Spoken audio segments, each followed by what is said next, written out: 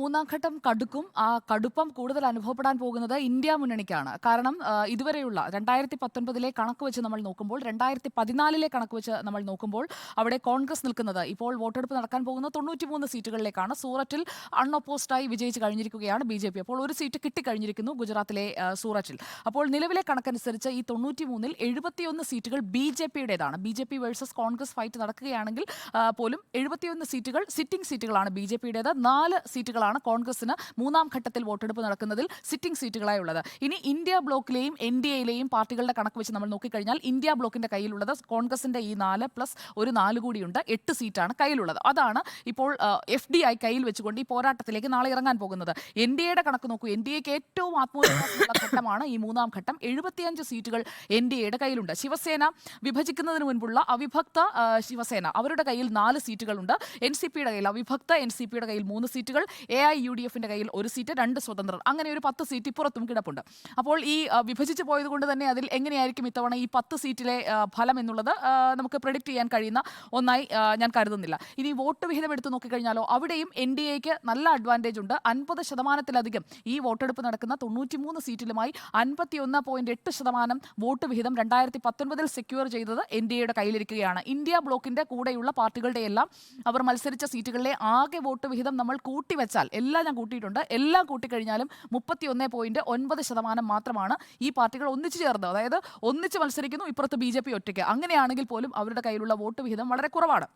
ഇനിയിപ്പോൾ ആകെ ആശിക്കാൻ കഴിയുന്നത് ഗുജറാത്തിൽ അട്ടിമറികൾ സംഭവിക്കണം. ആ അട്ടിമറി സംഭവിക്കാനാണെങ്കിൽ പോലും 26 സീറ്റിൽ 1 സീറ്റ് ജയിച്ചു കഴിഞ്ഞു. ഇനിയുള്ള 25 സീറ്റിൽ ഒരു 5 സീറ്റാണ്, അല്ലെങ്കിൽ ഒരു 5 മുതൽ 7 വരെ സീറ്റുകളാണ് ഒരു അട്ടിമറി സാധ്യത ഉണ്ടാവുകയാണെങ്കിൽ തന്നെ അവിടെ സംഭവിക്കാനായുള്ള ഒരു സാധ്യത നേരിയ തോതിലെങ്കിലും കാണുന്നത്. ഇപ്പോൾ അതിൽ തന്നെ സുരേന്ദ്രനഗർ മണ്ഡലം, അവിടെ ഗുജറാത്തിൽ ബി.ജെ.പിക്ക് ഒരു വെല്ലുവിളി ഉണ്ട് എന്നതാണ് ഞാൻ മനസ്സിലാക്കുന്നത്. സുരേന്ദ്രനഗർ മണ്ഡലത്തിൽ അവിടെ ഈ കോലി സമുദായക്കാർ തമ്മിലുള്ള ഒരു പോരാട്ടമായി മാറിയിരിക്കുകയാണ്.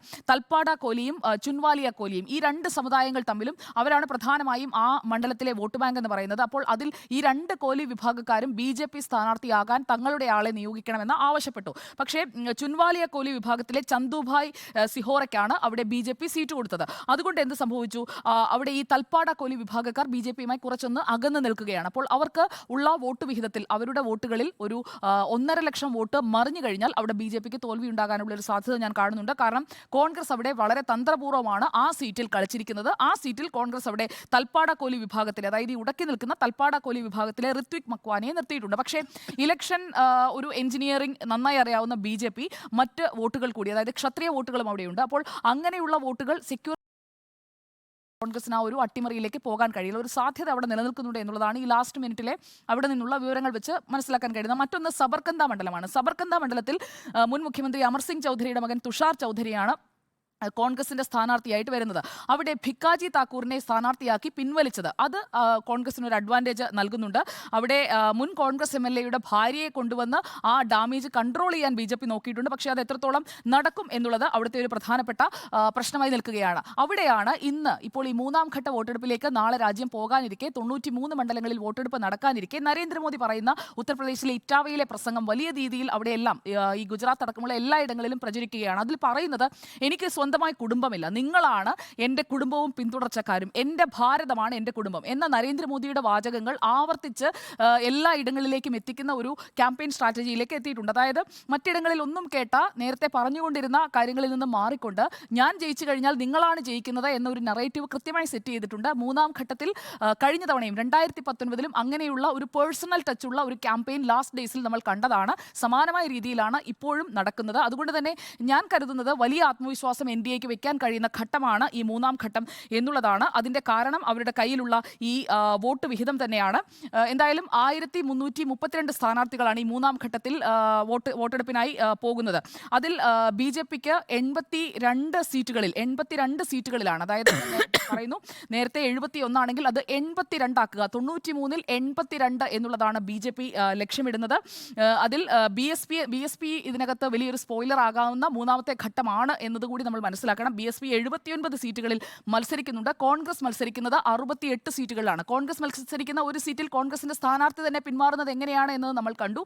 സൂറത്തിൽ അൺഒപ്പോസ്ഡ് ആയിട്ട് വിജയിക്കുകയാണ് BJP. സമാനമായ രീതിയിൽ കോൺഗ്രസ് മത്സരിക്കുന്ന മറ്റ് 67 സീറ്റുകളിലും വലിയ രീതിയിൽ കോൺഗ്രസിനെ പിളർത്താൻ അല്ലെങ്കിൽ വോട്ട് സ്പ്ലിറ്റ് ചെയ്യാനായിട്ടുള്ള നീക്കങ്ങൾ അവിടെ നടന്നിട്ടുണ്ട്. അപ്പോൾ ഇന്ത്യ മുന്നണിക്ക് വലിയ ഒരു തലവേദനയാണ് ഈ മൂന്നാം ഘട്ടം എന്നതാണ് ഞാൻ കരുതുന്നത്. അതിൽ തന്നെ ഈ മഹാരാഷ്ട്രയിലെ 11 സീറ്റുകൾ, ഒപ്പം കർണാടകയിലെ 14 സീറ്റുകൾ, അതിലെങ്ങനെയാണ് ഇന്ത്യ മുന്നണി പെർഫോം ചെയ്യുക എന്നതും വളരെ പ്രധാനപ്പെട്ട കാര്യമാണ്. അപ്പോൾ ഇന്ത്യ മുന്നണിക്ക് പ്രതീക്ഷിക്കാവുന്ന വകയുള്ളത് ഈ ഗുജറാത്തിലെ 2 സീറ്റുകളുണ്ട്.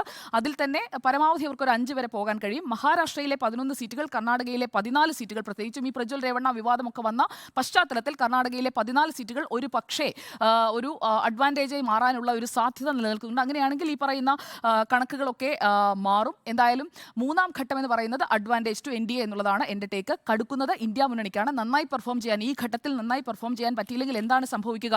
ഈ മൂന്നാം ഘട്ടം കൂടി തീരുന്നതോടെ 283 സീറ്റിലെ പോരാട്ടം പൂർത്തിയാവുകയാണ്. അപ്പോൾ ഈ മൂന്നാം ഘട്ടത്തിൽ പെർഫോം ചെയ്യുക എന്നുള്ളത് ഇന്ത്യ ബ്ലോക്കിനായാലും NDAക്കായാലും വളരെ പ്രധാനപ്പെട്ടതാണ്. NDAക്ക് ഒരു അഡ്വാൻറ്റേജ് ഉള്ള ഘട്ടമാണിത്. അവിടെ ഇന്ത്യ ബ്ലോക്ക് പ്രചാരണത്തിലൊക്കെ വളരെ പിന്നിലാണ് എന്നുള്ള ഒരു വസ്തുത കൂടി നമ്മുടെ മുന്നിലുണ്ട്.